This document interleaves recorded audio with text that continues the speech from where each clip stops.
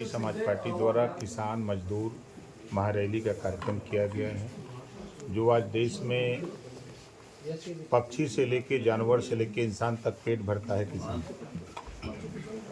उस किसान की समस्या के समाधान के लिए आज़ादी के बाद से लोग लगे हैं, लेकिन बीच में बिचौलिए होते थे।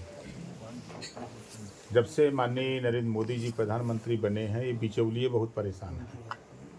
किसान सम्मान निधि योजना बनी, किसानों के लिए सीधे बैंक से किसान के खाते में पैसे जा रहे हैं, इस नाते विपक्ष परेशान है। इलाज के लिए आयुष्मान कार्ड बना 5 लाख रुपए का कि गरीब अपना इलाज करा लेगा, किसान इलाज करा लेगा, नौजवान इलाज करा लेगा। तो अब वो बिचौलिए जो पूर्व की सरकारों के लोग बीच में पैसे लूट लिया करते थे, वो परेशान है।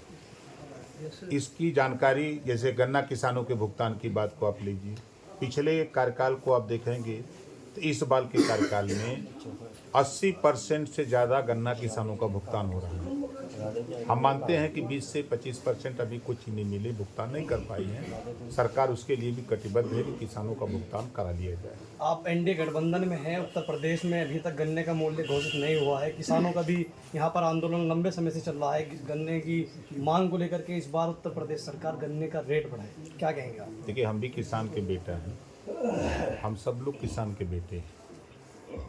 सरकार प्रयास करती है और जो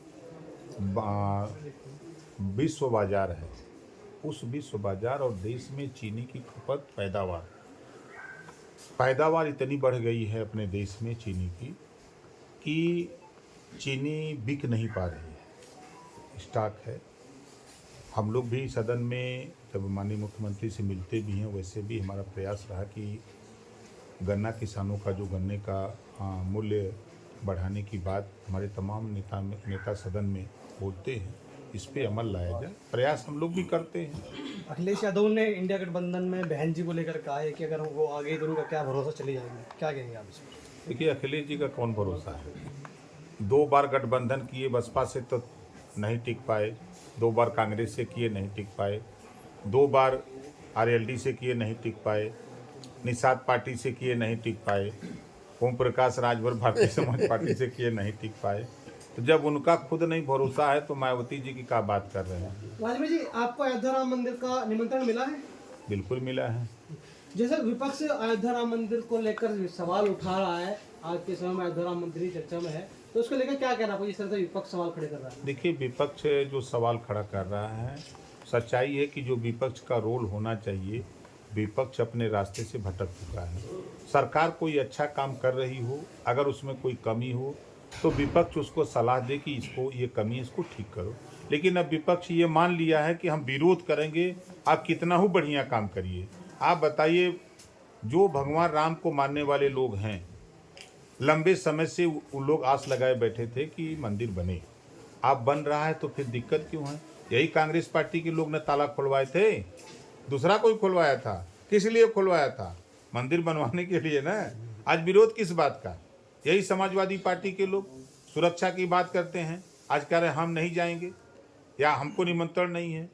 लेकिन आप उनके घर में चलिए, मेरे साथ मैं दिखाऊं, उनकी पत्नी डिम्पल जी हो, चाहे अखिलेश जी हो, चाहे कोई भी हो, राम राम राम राम सुबह उठ के करने लगते हैं, शाम को करते हैं, दिन भर करते हैं।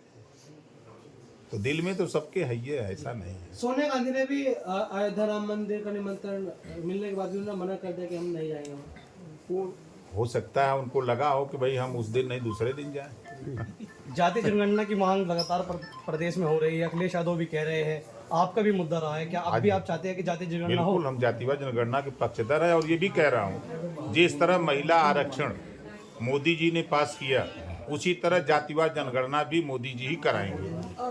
पिछड़ों के आरक्षण की बात हो रही है, आपने उसको लेकर पिछली बार अपने जो मंत्रालय था वो भी छोड़ा था कि नहीं मिल रहा है। इस बार भी कुछ लोग यहाँ पर भी धरना चल रहा है कि अति पिछड़ों को सम्मान नहीं मिल रहा, उन्हें अलग आरक्षण नहीं मिल रहा। इस पर आप क्या कहेंगे? देखिए, रोहिणी आयोग का गठन हुआ है 27% आरक्षण को पूरे देश में बांट करके देने के लिए। इस लड़ाई को ना सपा लड़ती है, ना बसपा लड़ती है, ना कांग्रेस लड़ती है। इस लड़ाई को अगर मजबूती से कोई लड़ता है तो ओम प्रकाश राजभर लड़ते हैं। राजभर जी, मायावती सपा से अपने आप को असुरक्षित महसूस करी, यूपी सरकार से सुरक्षा मांग रही है, उसको लेके क्या कहना है? 2 जून की गेस्ट हाउस घटना तो आप जान ही रहे हैं, किसने किया था? समाजवादियों ने किया था, जग जाहिर है। तो ये तय है कि आज के जो वर्तमान सरकार है एक कानून के राज है, और सपा की सरकार थी तो उसको लोग गुंडा राज कहते थे।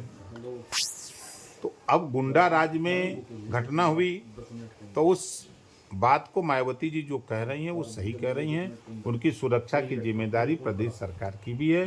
उन्होंने आवास की डिमांड की है, सरकार उनको आवास भी देगी। कितनी सीटों पर आपकी पार्टी इस बार लोकसभा चुनाव लड़ने की? 3% तो मांगेंगे। ठीक है, ठीक है।